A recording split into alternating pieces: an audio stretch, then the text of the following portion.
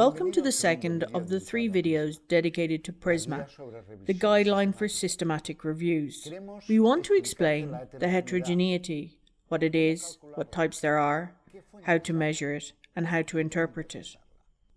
Let's begin. The I-squared measures the heterogeneity of the effect throughout different trials, heterogeneity that may have been introduced by the method, or may be the result of different effects in different patients. We saw in the previous video how to summarize the information in a forest plot. The intervention multiplies the odds to be cured by between 1.65 and 3.21. The heterogeneity of these results is 0%.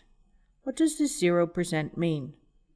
I-squared is the ratio between the heterogeneity of the effect and its sum with the variable of the random assignment. It will oscillate between 0 and 1, or, if you prefer, between 0 and 100%. The higher the I-squared, the greater the heterogeneity is.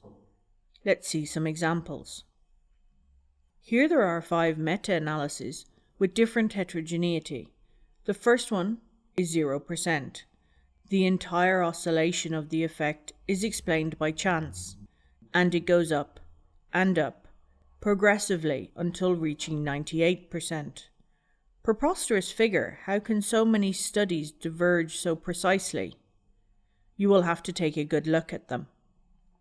However, this other graphic highlights trial 14. Repeats the analysis 33 times, eliminating 1 trial each time. All those who include the study 14 show a significant effect, but the one that excludes it doesn't. This meta-analysis is not robust. It does not rest on the 33 studies, but it does depend on study 14. It is sensitive to its inclusion. Here we have an orange, probably sour. Let's see what sources, clinical and methodological, can originate this heterogeneity. 1. Within the clinics, we distinguish between identifiable or repeatable ones that allow estimating the effect in that subgroup, and those that are not repeatable, which we will call random. For example, what can we do if the effect varies between the interventionists that will be different in the future?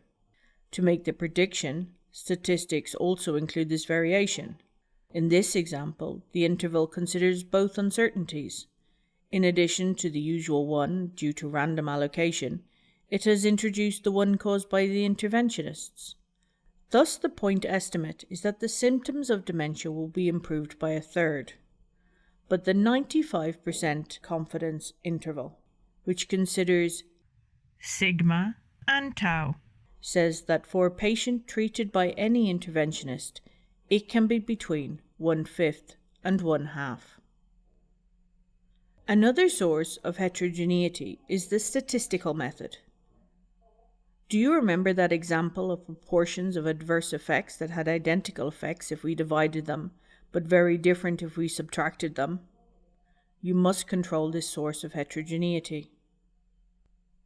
Finally, a poor methodology is also a source of heterogeneity. We will dedicate the next video to the risks of bias. What characteristics of the study provide inconsistent results? For example, open studies, which do not blind participants, usually gives optimistic estimates of the effect. In summary, 1. Ensure, in the review protocol, the methodological homogeneity of the studies follows the advice of PRISMA, Cochrane, or GRADE. And 2. In the face of possible anonymous heterogeneity, use the random effects model. We will not study heterogeneity within a single clinical trial.